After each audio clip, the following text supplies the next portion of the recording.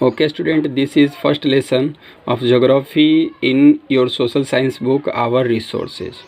Resource which means in Hindi संसाधन. हमारे संसाधन. संसाधन वे सारी वस्तुएं जो हमारे पर्यावरण में मौजूद हो तथा हमारी आवश्यकता की पूर्ति करती हो उसे संसाधन कहते हैं.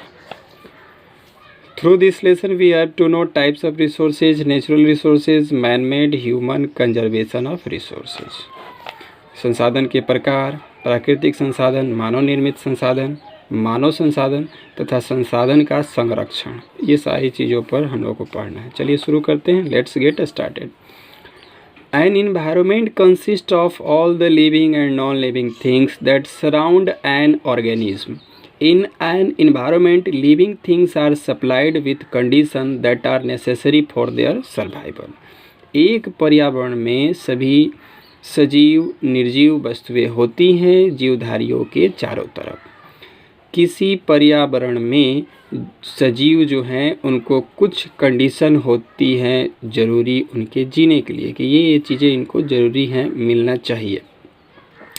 अब धरती जो है वो हमारी इन्वायरमेंट है. धरती हमें सप्लाई करती है हवा, पानी, भोजन जैसे आवश्यक चीज़ें जो हमारे सरवाइव करने के लिए, जीने के लिए आवश्यक हैं. ये हमें साथ ही साथ कुछ मेटल्स भी प्रोवाइड करती हैं जैसे आयरन, कॉपर, गोल्ड तथा एनर्जी के स्रोत भी हैं जैसे कि पेट्रोलियम, नेचुरल गैस, कोल. जितनी चीज़ें हम लोगों को मिलती हैं हमारे पर्यावरण की तरफ से, पर्यावरण हमारी अर्थ है, तो ये सब उदाहरण हैं हम लोगों के नेचुरल रिसोर्स के. Resource is a basic thing which can be utilized in a form so that it becomes more valuable and useful. Natural things, namely soil, rocks, minerals, water, plants, animals, etc., become natural resources when people start utilizing them. We daily use so many things to fulfill our needs.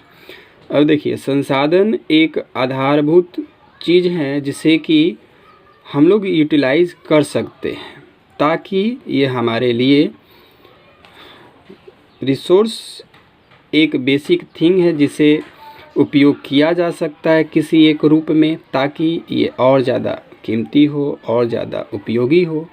Natural things जैसे कि मिट्टी, चट्टान, खनिज, जल, पौधे, जानवर इत्यादि, ये प्राकृतिक संसाधन है. प्राकृतिक संसाधन जब मानव लोग इसे यूटिलाइजिंग उपयोग करना शुरू कर देते हैं.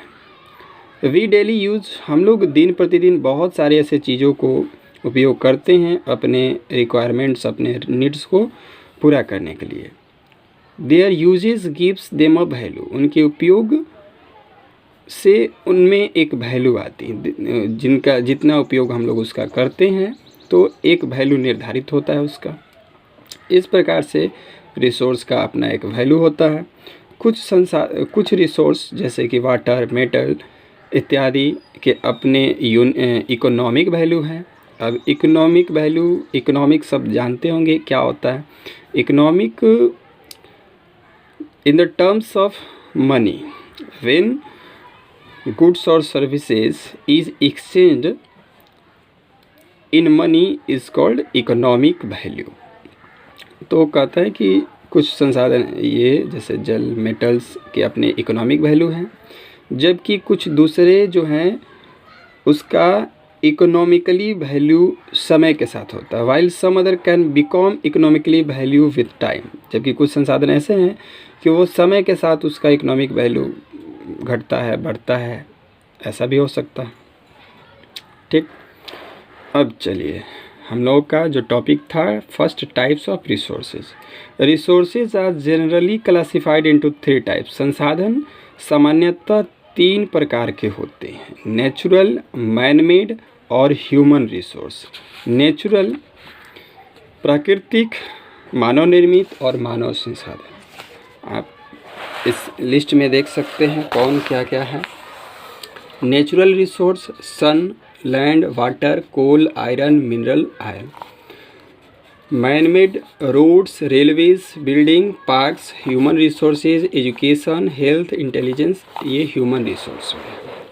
नेचुरल रिसोर्सेज को आप ऐसे भी समझ सकते हैं कि the resources which are created by nature is called natural resources. अब sun, land, water, coal, iron और मिनरल, ये इसको कौन बनाया, कौन क्रिएट किया है? नेचर ने ही। तो ये सब नेचुरल रिसोर्स में आते हैं। अब दूसरा एक क्लासिफिकेशन और भी है।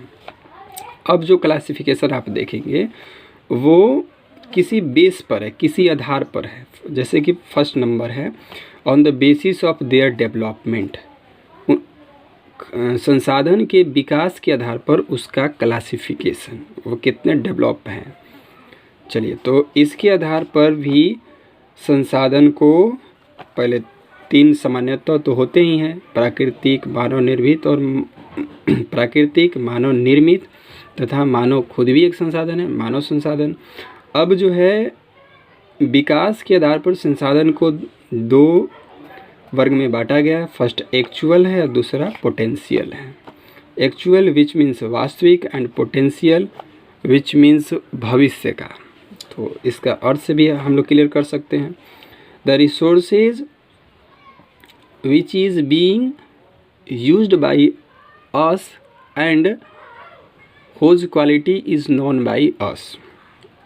एक्चुअल संसाधन वो संसाधन है जिसका उपयोग अभी हम लोग कर रहे हैं, जिसकी मात्रा के बारे में हमें जानकारी है, जैसे कि उड़ीसा, जैसे कि झारखंड में जो खनिज के भंडार हैं उसका उपयोग हम लोग कर रहे हैं। कितना है इसके बारे में हमें आइडिया है। अब second number potential, potential which means भविष्य का। अब देखिए, ये ऐसे संसाधन हैं वैज्ञानिकों ने किसी आधार पर अपने डेवलपमेंट के आधार पर पता लगा लिया कि इस क्षेत्र में संसाधन भरे पड़े हैं, लेकिन अब चूँकि इसका उपयोग हम लोग अभी इसका उपयोग नहीं कर रहे हैं, बाद में हो सकता है उपयोग में भविष्य में कर सकें, तो ये पोटेंशियल रिसोर्स में आ गया। अब ऐसे कहाँ है? तो लद्दाख में जो यूरेनियम के भंडार का होने का दावा किया गया है, ये पोटेंशियल रिसोर्स में है, क्योंकि अभी उसका उपयोग हम लोग नहीं कर रहे हैं। कितनी मात्रा में है ये भी मौजूद नहीं है, हाँ, लेकिन ये भविष्य में हो सकता है। मतलब कि पोटेंशियल रिसोर्स बाद में टेक्नोलॉजी जब विकसित होगी तो उस समय में ये एक्चुअल रिसोर्स हो सकता है। और एक्चुअल रिसोर्स जो अभी हम लोग देख रहे हैं, उपयोग कर रहे हैं, इनमें से भी कोई कुछ साल पहले के समय में वो पोटेंशियल रहा होगा। जैसे कि सोलर सिस्टम आज से 200 साल पहले संभव नहीं था, लेकिन आज संभव है तो एक्चुअल है, पहले संभव नहीं था तो पोटेंशियल था। Second number on the basis of there origin, origin के आधार पर। ओरिजिन मतलब कि वो कैसे उनका निर्माण हुआ है, इसके आधार पर संसाधन 2 प्रकार के होते हैं, एक अबायोटिक और दूसरे हैं बायोटिक।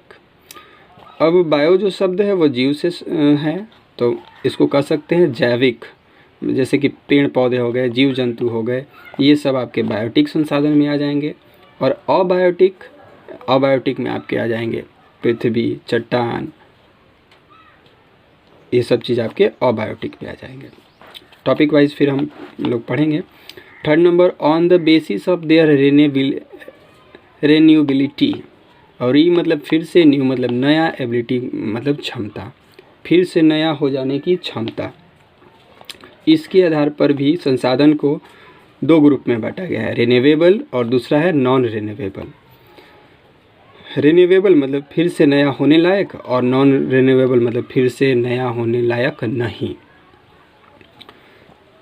ठीक, वैसे संसाधन रिन्यूएबल संसाधन उसको कहेंगे those resources who continue to renew themselves through various process over a period of time, तो आपका रिन्यूएबल हो जाएगा। और रिन्यूएबल में आपके solar energy, air, water, animals इत्यादि हो जाएंगे।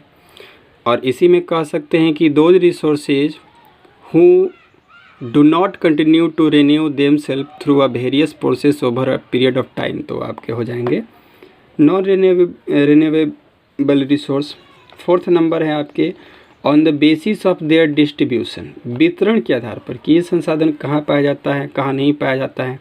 इसके आधार पर भी 2 प्रकार के संसाधन हैं। फर्स्ट है यूबिक्यूटियस और सेकंड है लोकलाइज्ड।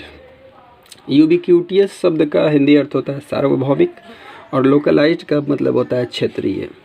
यूबिक्यूटियस मतलब सार्वभौमिक मतलब सब जगह, वैसे संसाधन जो कम या बेसी लेकिन सब जगह पाया जाता हो, जैसे कि हवा हो गया, जैसे कि पानी हो गया, ये तो सब जगह पाया जाएगा पृथ्वी पर।